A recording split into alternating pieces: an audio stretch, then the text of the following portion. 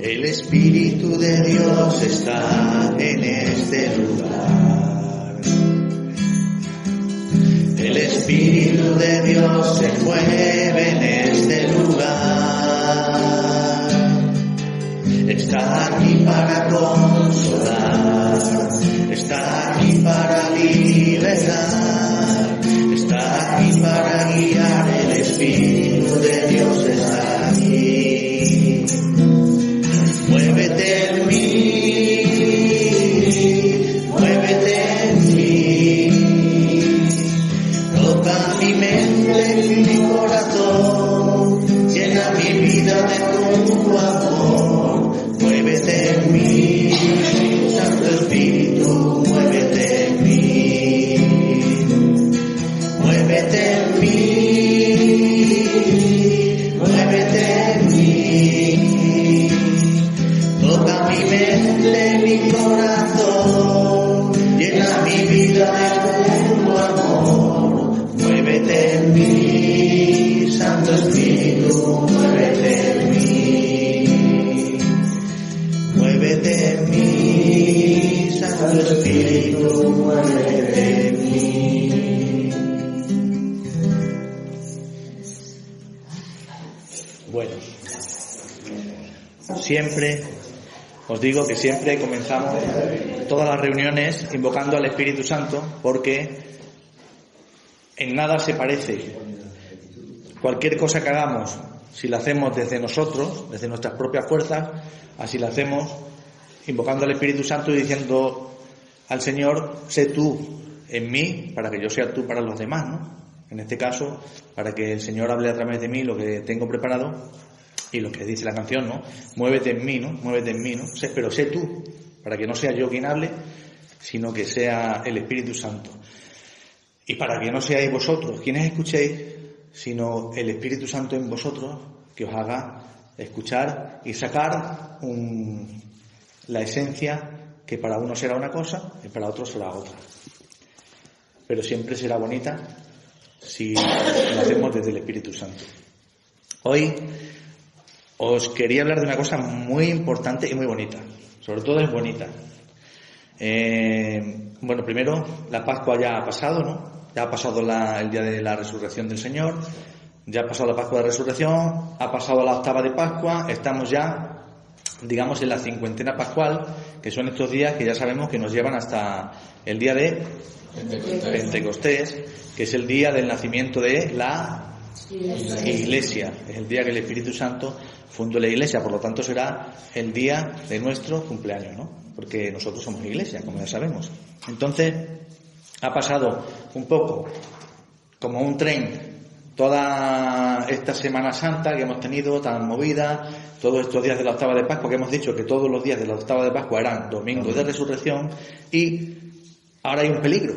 El peligro es el de no caer en la rutina. Es decir, que lo que ha pasado se note. Que lo que ha pasado se note en mí, ¿no?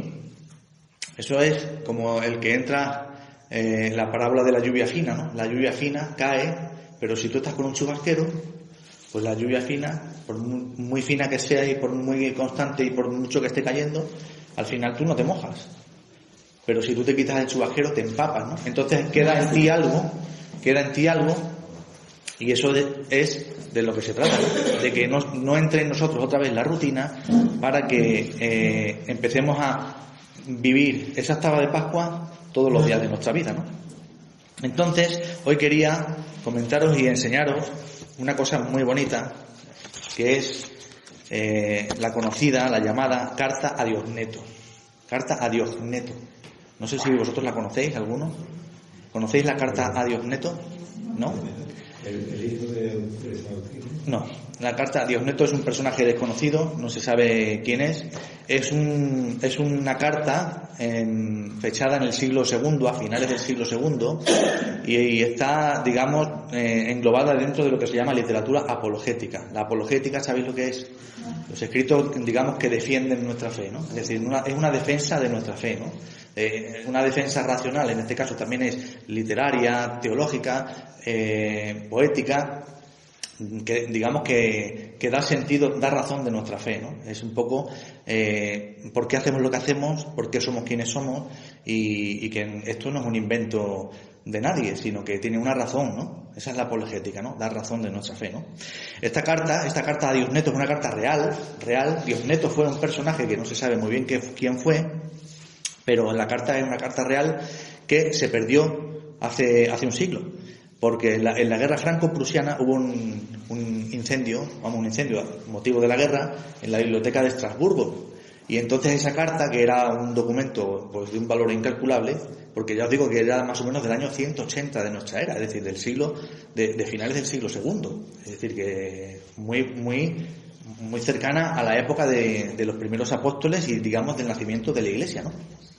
Esa carta se perdió para siempre en ese incendio, pero por fortuna pues ya estaba traducida, ya se había extendido, y bueno, pues la tendremos siempre, aunque el original estará perdido, ¿no? Esta carta habla, en resumen, de cómo santificarnos en medio del mundo, y no solamente de santificarnos, sino lo que hemos dicho algunas veces, iluminar, ser luz para los demás, reflejar la luz de Cristo. Ya sabemos y hemos dicho alguna vez que queda muy bonito cuando decimos la luna es un astro, pero no tiene luz propia, y fijaos lo brillante y lo blanca que se ve por la noche, ¿no? Pero la luz que está reflejando no es la suya, es la del sol. Ella refleja, es un espejo, ¿no? Bueno, pues eso tenemos que ser nosotros, tenemos que ser espejos de Cristo para los demás. En la vigilia de resurrección encendíamos el cirio pascual, ¿verdad? El cirio pascual, que representa ¿qué? La luz de Cristo, ¿no? La luz de Cristo, ¿no? Pues nosotros, cada vez que cogíamos la luz en la vigilia pascual, os acordabais, y la cogíamos del cirio, ¿no? Y tenemos que coger la luz de Cristo, ¿no? Y reflejarla a los demás, ¿no? Bueno, pues eso es lo que hace el autor de la carta a Diosneto, ¿no? Os la voy a leer porque merece la pena, es cortita, no la voy a leer entera, voy a leer fragmentos que tengo señalados, porque merece la pena, y después os voy a comentar alguna cosita, ¿vale?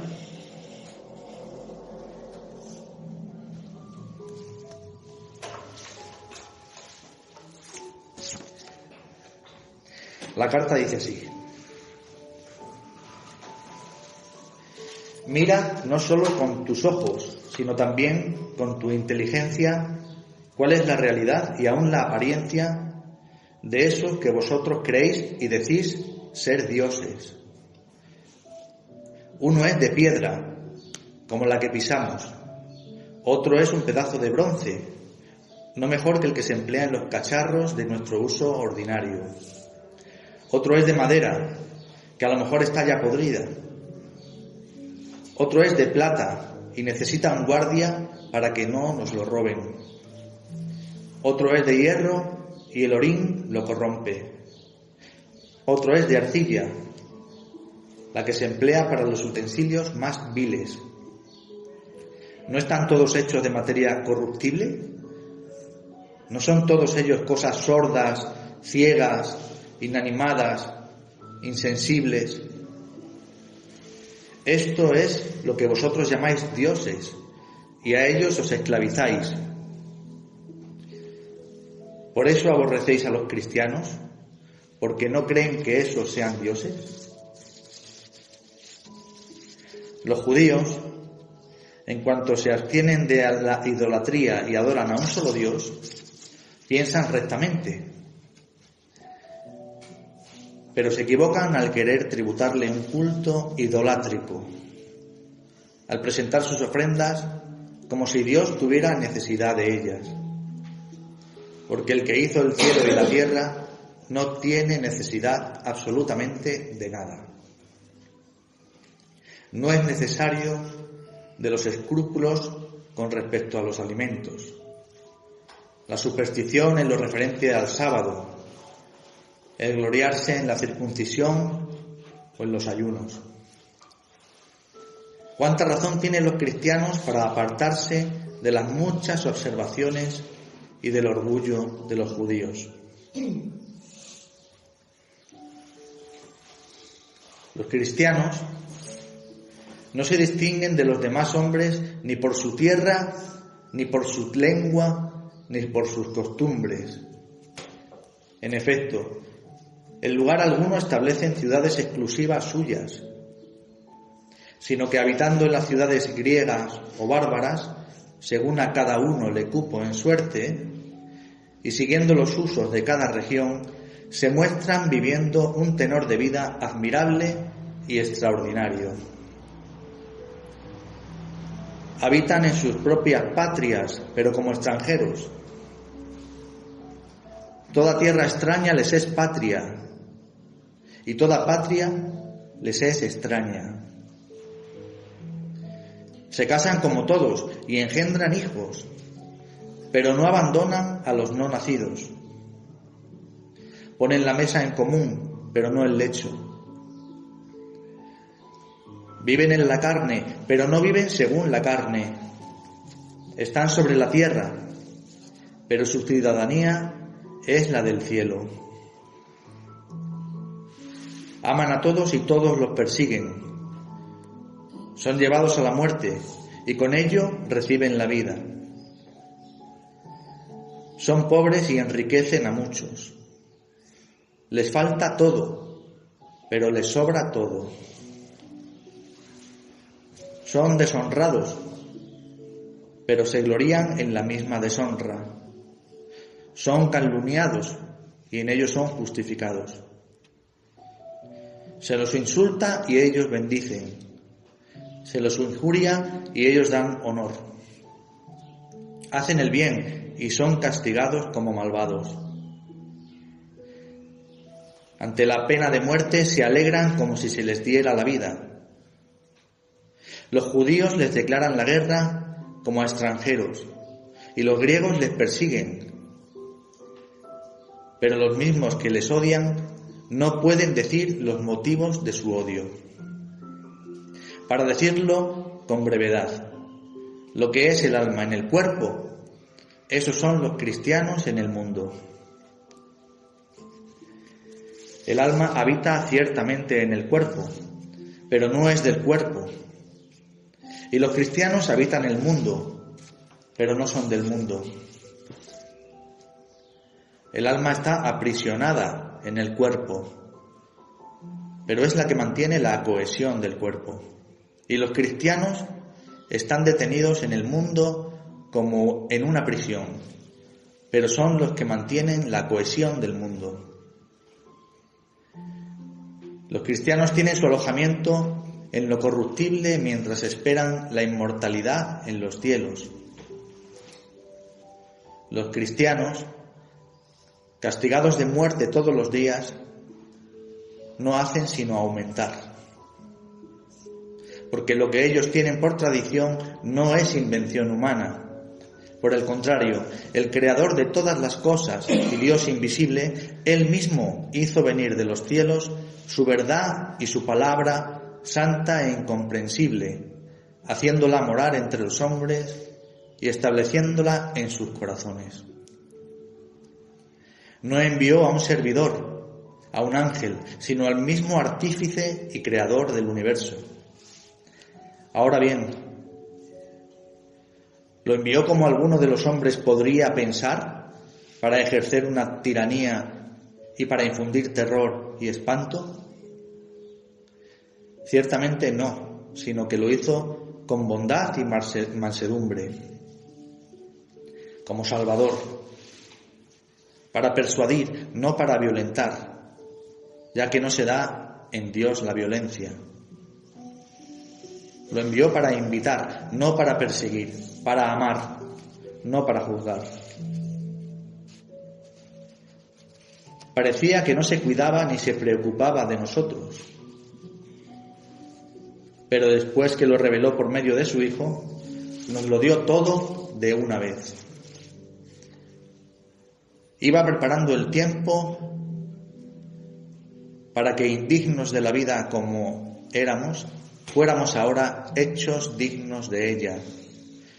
Y habiendo quedado bien patente que nosotros, por nosotros mismos, no podíamos entrar en el reino de Dios, se nos conceda ahora entrar por el poder del mismo Dios. Y compadecido de nosotros, cargó sobre sí nuestros pecados. Él mismo entregó a su propio Hijo como rescate por nosotros, al santo por los pecadores, al inocente por los malvados, al justo por los injustos. ¿En quién podíamos nosotros ser justificados sino solo en el Hijo de Dios? Oh dulce trueque. No tienes idea de la alegría que te llenará cuando llegues a alcanzar este conocimiento. No te maravilles de que el hombre pueda llegar a ser imitador de Dios. Lo puede si Dios lo quiere, porque la felicidad no está en dominar tiránicamente al prójimo, ni en querer estar siempre por encima de los débiles, ni en la riqueza, ni en la violencia. Más bien, el que toma sobre sí la carga de su prójimo, el que está dispuesto a hacer el bien, el que suministra a los necesitados lo que él mismo recibió de Dios, este es imitador de Dios. Entonces empezarás a hablar de los misterios de Dios. Entonces amarás y admirarás a los que reciben castigo de muerte por no querer negar a Dios. Y entonces condenarás el engaño del mundo. Admirarás a los que por causa de la justicia soportan este fuego temporal y los tendrás por bienaventurados.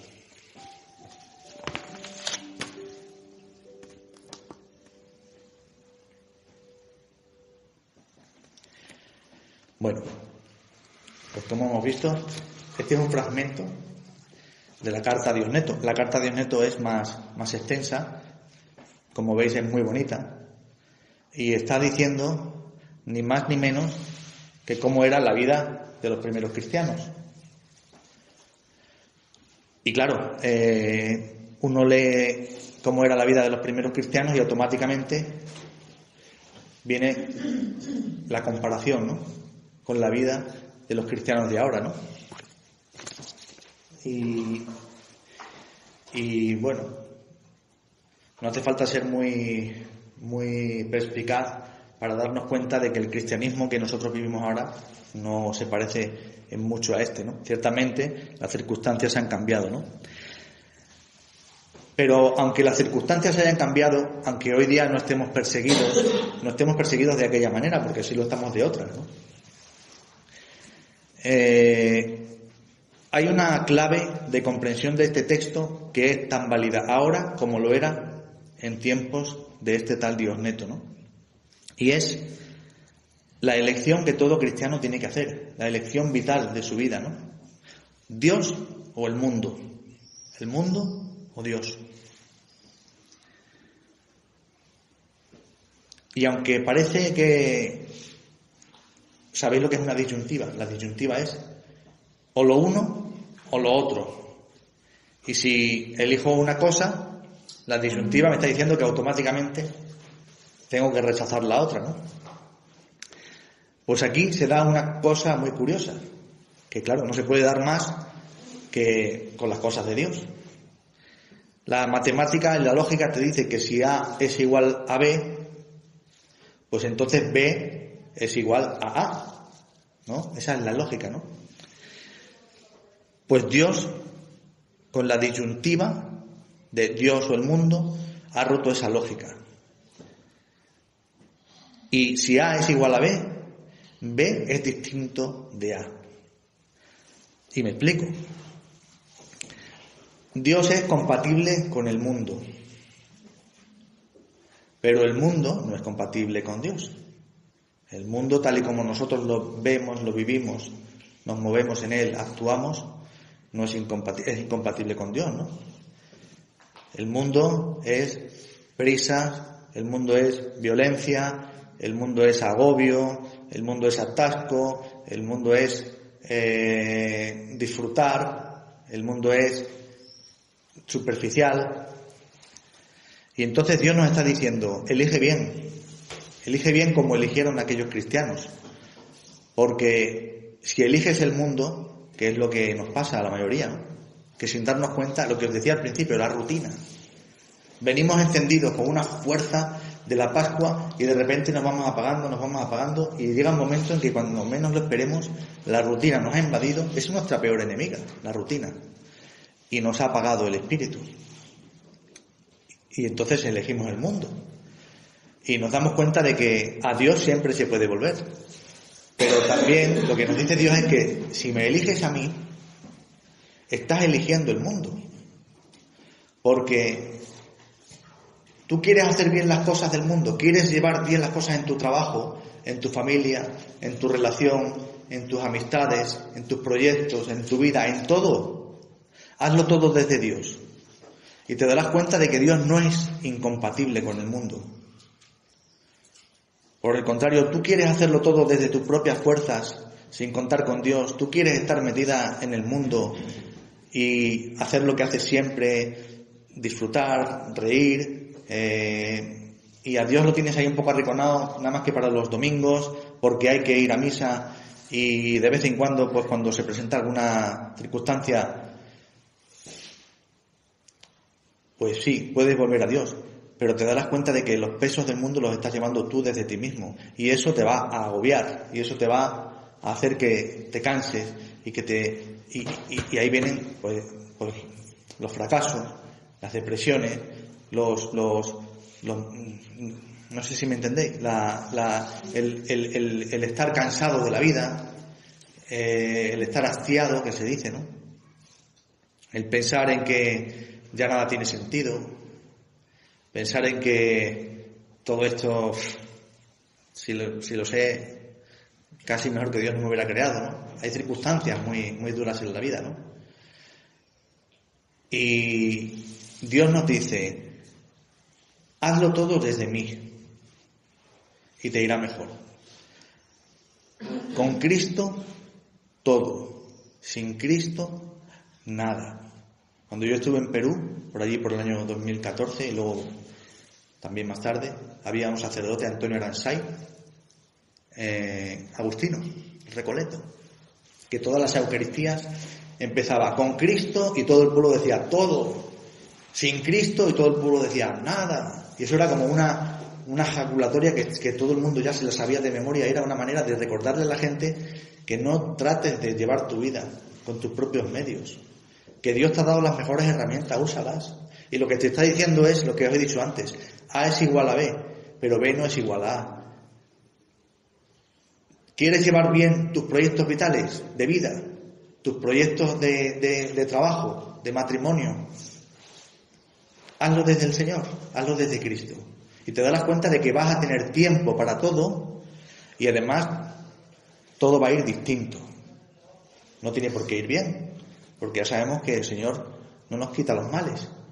Lo que hace es que nos ayuda a sobrellevarlos, ¿no? Entonces, esa es la lógica. Elegimos a Dios, que yo creo que esta es la postura inteligente, porque desde esa postura voy a poder con las cosas del mundo, o elijo las cosas del mundo y dejo a Dios aparte, y vamos a ver en qué termina todo, ¿no? Pues esa es un poco la dinámica, que es lo que Diosneto, lo del autor de la carta a Diosneto, le está diciendo, ¿no? Fijaos lo que dice. Los cristianos no se distinguen ni por su tierra ni por su lengua, es decir, son iguales que cualquier otro. Se distinguen por otra cosa, porque somos personas del mundo, pero no vivimos en el mundo, pero no somos del mundo. En eso se distinguen, ¿no? En que su vida es admirable, porque daos cuenta la suerte que les ha caído encima, ¿no? La persecución, el martirio, la tortura, el juicio de la gente, y sin embargo felices, ¿no? Porque saben que hay algo más allá y que hay una esperanza en ellos, que es la luz de ese Cristo que ha resucitado, que les está diciendo, aquí no acaba todo. En eso se distinguen, por eso dicen que viven en la carne, pero no según la carne, y que su ciudadanía es del cielo. Y se alegran hasta de la pena de muerte. Entonces, además de eso, se da una circunstancia que es también una paradoja, que el autor de la carta se da cuenta y se la escribe a este Diosneto. Cuanto más eran perseguidos los cristianos, más crecía su número. Nosotros hoy no tenemos una persecución física, pero sí la tenemos intelectual, la tenemos de juicios de valores, la tenemos en las redes sociales, la tenemos en nuestra propia familia. Pero, vamos, seguro, estoy casi convencido de que todos nosotros, quien más, quien menos, si no es en nuestra propia familia, en el vecindario y si no entre los amigos, nos dicen que somos, pues eso, los raritos, ¿no? Los raritos, ¿no? Y Chus Villarroel decía que sí, que somos raros. Pero esa es la característica que nos diferencia del mundo. Esa rareza es precisamente nuestra riqueza, porque nos fiamos de algo que no es de este mundo, pero que sin embargo nos va a hacer vivir mejor en este mundo, ¿no? Ser cristiano es como un arma de doble filo, porque no sé si a vosotros os pasa, pero a mí sí me ha pasado. Se burlan de ti. Se burlan de ti, ¿no? Eres irracional. ¿Cómo crees en hadas, ¿no? Y en cuentos mágicos, ¿no? ¿Cómo pones tus esperanzas en esa iglesia que resulta que es más corrupta que cualquier otra cosa en la tierra, ¿no? Y no solamente se burlan de ti y te juzgan, sino que además te ponen un poco en brete, ¿no? Entre la espada y la pared, ¿no? Tú que comulgas todos los días y resulta que has hecho esto, ¿os dais cuenta? Se nos exige perfección. Es decir, nos dicen que estamos equivocados, pero de alguna manera los que están equivocados son ellos y en cierto modo lo saben, porque cuando te exigen perfección es porque saben que esta iglesia en la que nosotros estamos no debe ser tan corrupta cuando ellos nos exigen la perfección. Es decir, no sé si entendéis, si me exigen la perfección es porque mi iglesia predica la perfección. Por lo tanto, no puede ser esa corrupción la que la caracterice. Es decir, que no se dan cuenta de que la contradicción está en ellos, ¿no? Pero se convierte esto en un arma de doble filo porque tenemos que ser en el mundo, tenemos que vivir en el mundo, pero no tenemos que ser de este mundo. Y entonces muchas veces tenemos que hasta sopesar nuestros pasos, ¿no? Y tener cuidado, porque dejamos de ser libres y empezamos a ser esclavos de nuestra fe cuando queremos hacer cosas y decir cosas para que los demás no piensen que somos incoherentes. Porque si digo o hago una cosa, van a decir, mira, el seguidor de Cristo, el cristianito, fíjate, que se esperaba de él otra cosa, ¿no? Y entonces eso muchas veces en nosotros puede crear una tensión, ¿no? Pues esa tensión hay que romperla. Esa tensión hay que romperla. Tenemos que ser libres, porque hemos visto que nosotros somos del mundo. O sea, vivimos en el mundo, pero no somos del mundo. Somos de barro, como los demás.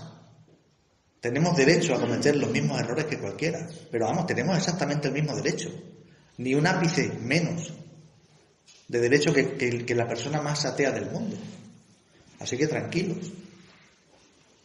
Pero tenemos una ventaja muy grande, y es que sabemos que nuestros errores ya alguien ha pagado por ellos. Nosotros sabemos que somos de carne y hueso y por lo tanto somos pecadores, pero también sabemos que está Cristo, que ha vencido a la muerte y al pecado, ¿no? Y Él es el que nos respalda, ¿no? Entonces, yo os animo a que, pues eso, seamos bichos raros, pero a mucha honra. Bichos raros somos, porque no seguimos las pautas de este mundo. El mundo nos dice, pobrecito, el mundo te dice, si tú supieras lo que te estás perdiendo, ¿no?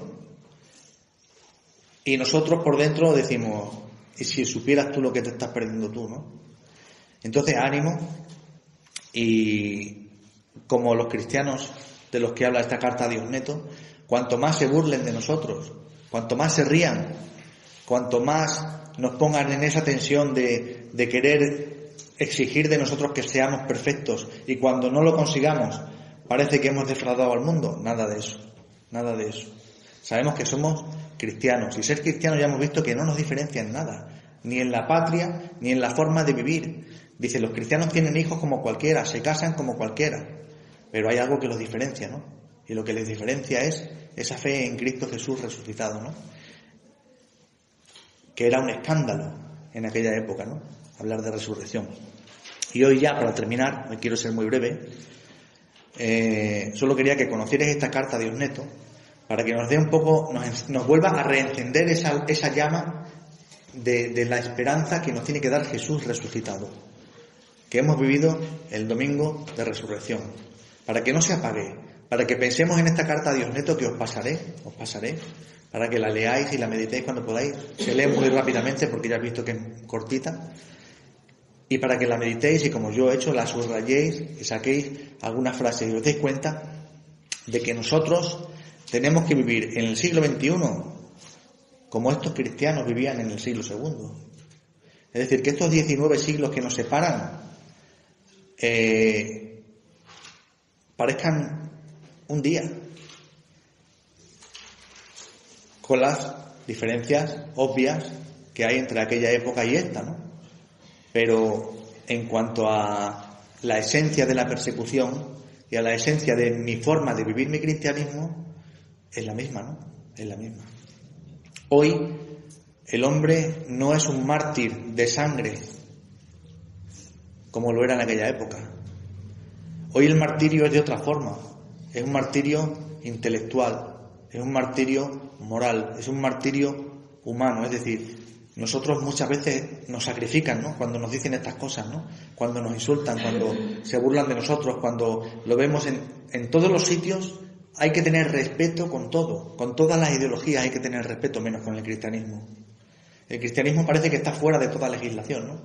Hoy no se le puede decir a un niño nada, hoy no se le puede decir a una mujer nada, hoy no se le puede decir a un homosexual nada, porque te cuesta caro. Pero a un cristiano dile lo que quieras, dile lo que quieras. Entonces, para terminar, a propósito del Evangelio de hoy, me gustaría rescatar 4 frases, 5, para meditar, y las tenemos todas en nuestro WhatsApp, porque las 5 frases son de lo que hoy nos ha dicho nuestra hermana Manoli en el grupo de WhatsApp. Y es que son, digamos, deberían ser jaculatorias. Jaculatorias, ¿sabéis lo que es? Algo para repetir, para rumiar, para que cada día tengamos esa, que es lo que hace al leer el Evangelio, ¿no? Sacar, extraer la esencia, ¿no? La primera, que es el resumen de la carta de Diosneto y el Evangelio de hoy. El que cree en el Hijo tiene la vida eterna. El que cree en el Hijo tiene la vida eterna. ¿Te lo crees o no te lo crees? Ya hemos visto que lo que diferencia al cristiano del pagano es creer en esto. Esta es la diferencia, no hay otra. Porque creer en esta nos hace practicar el mandamiento del amor, que es lo que nos ha dicho Dios que tenemos que hacer, amar a Dios y al prójimo. La segunda jaculatoria sería: Jesús nos invita a dejar de ser terrenales. Toma ya. Jesús nos invita a dejar de ser terrenales. ¿Hemos visto? El cristiano es del mundo, vive en el mundo, pero no es del mundo. Tenemos que dejar de ser terrenales. Nuestra ciudad es la del cielo y a esa es a la que tenemos que aspirar. Don Miguel muchas veces nos habla de la Jerusalén celestial. Nosotros en agosto, si Dios quiere, iremos a Jerusalén, pero iremos a la Jerusalén terrenal. Pero nos está esperando la Jerusalén celestial, ¿no? Aquella de la que San Agustín en De Civitate Dei, no sé si conocéis, la ciudad de Dios, hablaba de que hay 2 ciudades, ¿no? La del cielo y la de la tierra, ¿no? Nosotros vivimos en la de la tierra, pero aspiramos a la del cielo, ¿no? Y Jesús nos está enseñando a ir poco a poco a dejar de ser terrenales. La tercera: ama a lo grande y verás, te dejarás de quejar. Ama a lo grande y verás, te dejarás de quejar. El que practica el Evangelio sigue el mandamiento del amor. Todos los 10 mandamientos, nos dice Jesús, se resumen en 2. Amarás a Dios y amarás al prójimo. Ama, ama. Y punto. Y ya no hay más. Cuando el sacerdote levanta la Eucaristía en la celebración de la Eucaristía, cuando levanta la hostia, dice, este es el Cordero de Dios. Eso es. Ese es el amor. Esa es la luz de la que tú tienes que tomar para reflejar a los demás.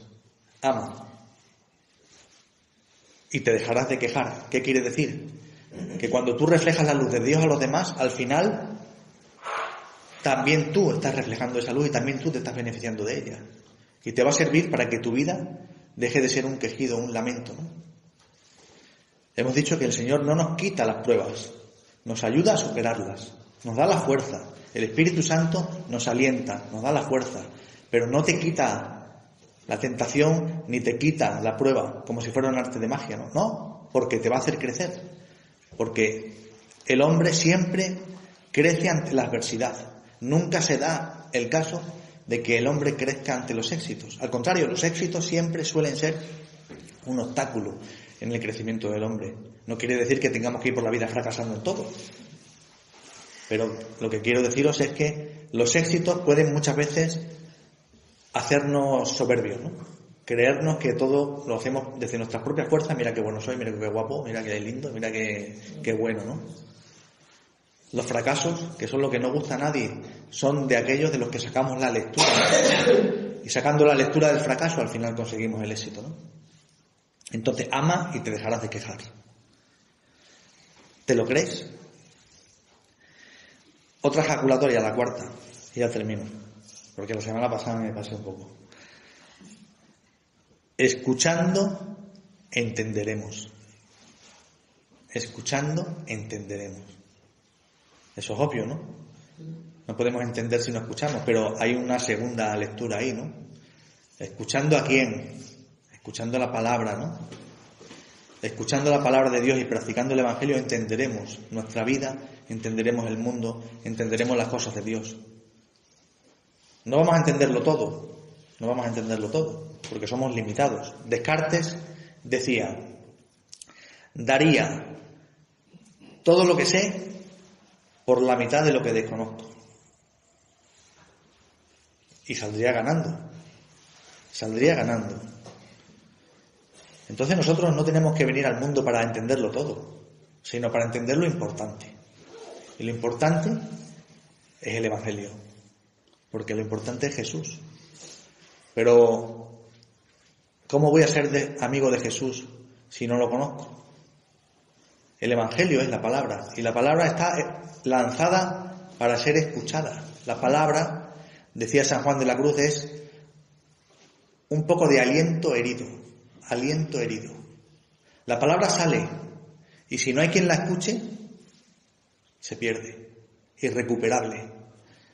Pero en el momento que alguien la capta y entra por sus sentidos, esa palabra ya no se pierde nunca. No está en ningún sitio, no la podemos localizar. Pero ha fecundado algo, ¿no? Ha fecundado a una persona, ¿no? Su interior, ¿no? Es como la lluvia, ¿no? Que dice el Evangelio, ¿no? La que no fecunda la tierra es la que no cae, pero la que cae siempre hace algo, ¿no? Y la última ejaculatoria, que me sirve a mí, a lo mejor a vosotros puede servir otra, ¿no? Y hoy a mí me ha hecho especialmente, me ha llamado la atención las palabras de Manoli, pero cada día el Evangelio nos va a hacer sacar una ejaculatoria para que la rumiemos durante todo el día, ¿no? Y os animo a que lo hagáis, porque va a ser vuestro crecimiento espiritual. Servicio y testimonio van juntos. Hoy te has puesto la espina, ¿eh? Servicio y testimonio van juntos. Servicio y testimonio. ¿Qué nos está diciendo el autor de la carta a Diosneto? Nos está dando un testimonio de qué? Del servicio, de los cristianos, es decir, de cómo ellos eran una comunidad, de cómo todos iban juntos, de cómo tenían la misma fe, de se apoyaban unos a otros, de cómo eran fieles Eran una iglesia. ¿Sabéis lo que significa la palabra iglesia? La palabra iglesia viene del griego eclesia y significa congregación. Congregación. Nosotros hoy somos iglesia, porque estamos todos aquí congregados. Esa es la eclesia, la iglesia. Servicio y testimonio van juntos, van de la mano. Servicio y testimonio, ¿qué son? Oración y acción. Como a mí me gusta decir en una sola palabra, oración, con 2 Cs. Oración. Tenemos que ser hombres. Decía San Benito, ora et labora. Reza y trabaja, ¿no? Ora y trabaja, ¿no? Las 2 cosas son importantes, pero la más importante es la oración. Muchas veces nos pensamos que, y lo decimos, que es mejor son mejores las personas que fíjate que dan su vida por los demás, que hacen muchas cosas, fíjate que entregado, pero si no hay una oración detrás, todo lo que estamos haciendo lo estamos haciendo desde nosotros.